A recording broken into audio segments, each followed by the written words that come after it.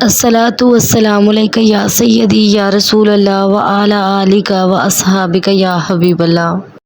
لاکھوں کروڑوں درود جناب مصطفیٰ حضرت محمد صلی اللہ علیہ وآلہ وسلم پر اور ان کے آل پر۔ السلام علیکم محترم ویورز، امید کرتی ہوں آپ سب خیریت سے ہوں گے۔ رب کریم سے دعا ہے آپ سب کو اور مجھے آسانیاں عطا کرے اور آسانیاں تقسیم کرنے کی توفیق عطا فرمائے، آمین۔ محترم ویورز، درود پاک میں ہم نے توجہ کیسے قائم رکھنی ہے؟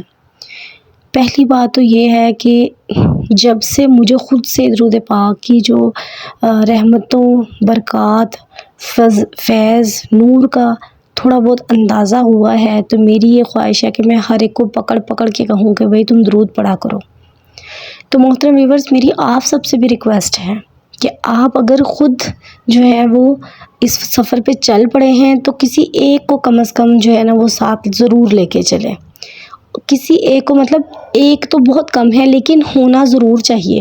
جیسے میں نے اپنی بہت ساری ویڈیوز میں کہا ہے کہ اگر آپ بہت زیادہ بھی درود نہیں پڑھ پاتے تو 313 دفعہ لازمی پڑھیں، مطلب اس سے کم نہ پڑھیں۔ اسی طرح سے اگر آپ بہت زیادہ لوگوں کو درود پاک کے سفر میں شامل نہیں کر سکتے تو کم از کم کسی ایک کے ساتھ یہ نیکی ضرور کریں، وہی کافی ہو جائے گی آپ کے لیے آخرت میں۔ تو یہ بہت امپورٹنٹ بات ہے، اس پہ ضرور غور کیجیے گا کہ اتنی فیض و برکات ہیں، اس قدر نور ملتا ہے درود سے، اس قدر آپ کی پریشانیاں دور ہوتی ہیں، اس قدر آپ کے جسم میں ذہنی، روحانی، دلی سکون آپ کو ملتا ہے کہ آپ سوچ بھی نہیں سکتے۔ جو لوگ کمنٹ کرتے ہیں کہ ہم درود پاک پڑھے ہیں، اور ماشاءاللہ بہت زیادہ تعداد میں لوگ پڑھے ہیں، کئیوں نے تو یہ بھی بتایا کہ وہ 1,00,000 کی تعداد میں بھی پڑھے ہیں، تو میں کہتی ہوں ان جیسا خوش نصیب اس دنیا میں کوئی نہیں ہے کہ جو میکسیمم جو ٹائم ہے وہ درود پاک میں اپنا کرتے ہیں نا، ان جیسا خوش نصیب اس دنیا میں کوئی نہیں ہے، ٹھیک ہے؟ تو اب اس جیسا بھی خوش نصیب نہیں ہوگا جو اپنے ساتھ لوگوں کو بھی شامل کرے درود پاک کے سفر میں۔ تو کسی ایک کو ضرور جو ہے نا وہ درود پاک کے سفر میں شامل کریں۔ اب چلتے ہیں اپنے ٹاپک کی طرف کہ درود پاک میں پڑھتے ہوئے توجہ کیسے بنائیں، کیونکہ درود پاک تو آپ نے پڑھنا ہے اٹھتے بیٹھتے چلتے پھرتے سوتے جاگتے، آپ نے ہر ٹائم پڑھنا ہے، لیکن ایک مخصوص ٹائم جس میں آپ نے ایک تعداد جو ہے وہ اپنی فکس کی ہوئی ہے کہ اتنا میں نے لازمی پڑھنا ہے، وہ بیٹھ کے باوضو ہو کر ادب و احترام کے ساتھ پڑھیں۔ تو وہ یہ ہے کہ آپ پہلے تو یہ کر لیں کہ میں نے نا یہ والا درود پڑھنا ہے اور میں نے اتنا ٹائم پڑھنا ہے، مطلب اتنی کوانٹٹی میں، اتنی تعداد میں پڑھنا ہے، ٹھیک ہے؟ جیسے آپ صلی اللہ علیہ محمد درود رحمت پڑھ رہے ہیں تو اس کو آپ نے،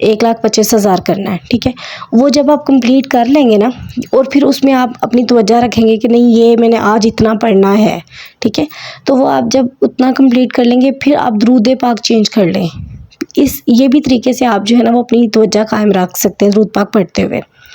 دوسرا، ہر ٹائم جو ہے نا وہ جب ہم زیادہ موبائل دیکھتے ہیں، مطلب ادھر ادھر کی باتوں میں زیادہ دھیان لگاتے ہیں، ہمارا دھیان بھی ادھر ہی لگا رہتا ہے درود پاک پڑھتے ہوئے بھی، کیونکہ درود پاک تو ہماری زبان پہ ہوا ہے، مطلب چڑھا ہوا ہے، تو ہم پڑھتے رہیں گے لیکن دھیان قائم نہیں ہوگا۔ تو دھیان بہت زیادہ امپورٹنٹ ہے، تو اس کے لیے یہ کہ گنبد خضرا کی تصویر اپنے موبائل پہ لگائیں، وال پیپر پہ، پھر اس کے ساتھ آپ جب درود پاک پڑھنے لگے تو اپنا دھیان جو ہے نا وہ گنبد خضرا کی طرف کریں، ایسے دیکھیں، ایسے سوچیں یا ایسے دھیان رکھیں کہ جیسے ہم روضہ رسول صلی اللہ علیہ وآلہ وسلم پر بیٹھے ہوئے ہیں اور ٹھنڈی میٹھی پرسکون ہوا چل رہی ہے اور جو ہمارے جسم کو بھی پرسکون کر رہی ہے۔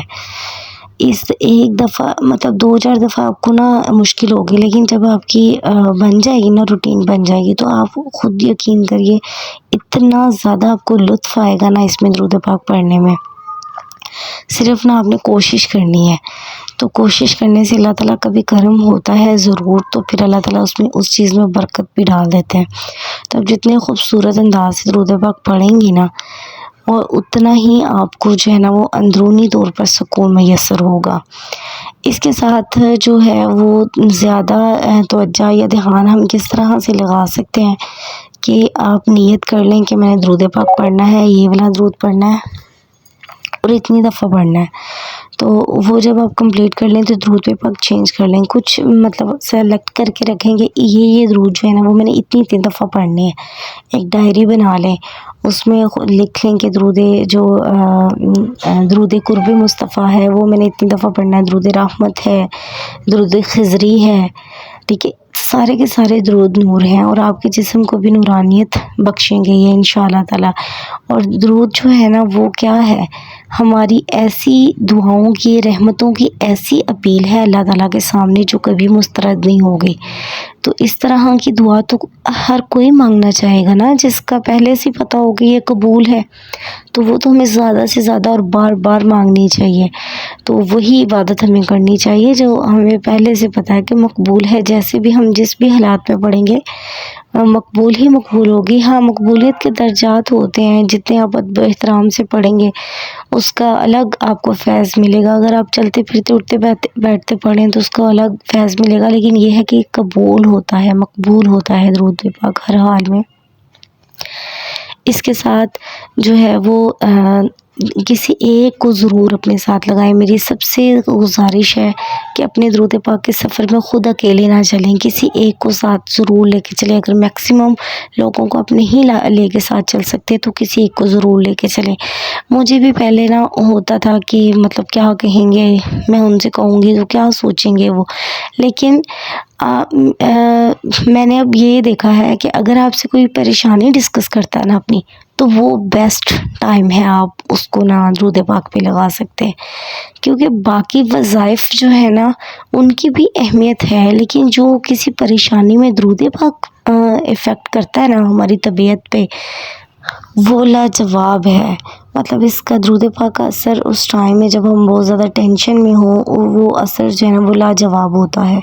تو اس لیے اگر کبھی بھی آپ کے ساتھ کوئی پریشانی ڈسکس کر رہا ہے نا تو بس آپ سمجھ لیں کہ یہی پوائنٹ ہے جب میں اس کو درود پاک پہ لگا سکتا ہوں, ٹھیک ہے. تو باقی آپ نیت کریں گے, باقی اللہ تعالیٰ بہت زیادہ مدد کرنے والے ہیں, بہت زیادہ مدد کرنے والے ہیں. ابھی کچھ لوگ بھی کمنٹ میں پوچھ رہے ہیں کہ ہم اس حاجت کے لیے درود پاک پڑھ سکتے ہیں. آپ درود پاک حاجت ہے نہیں ہے پڑھیں. اگر اللہ تعالیٰ نے وہ بہترین ہوگا کہ آپ کے حق میں بہتر ہوگا تو ہو جائے گا, ورنہ اللہ تعالیٰ آپ کو اس سے بھی زیادہ بہترین عطا کریں گے. اور اللہ تعالیٰ جو عطا کریں گے آپ کو اس پہ راضی بھی کر دیں گے. اس سے بڑھ کے کوئی خوش قسمتی کی بات نہیں ہے کہ اللہ تعالیٰ جو آپ کو عطا کرے آپ اس پہ راضی بھی ہو جائیں, ٹھیک ہے. بعض اوقات ہوتا ہے لیکن اللہ تعالیٰ تو مطلب ہمیں بہترین ہی عطا کرتے ہیں, لیکن ہمیں اس حکمت کی سمجھ نہیں آتی کہ اچھا یہ مجھے ملا ہے تو اس میں میرا کیا فائدہ ہے.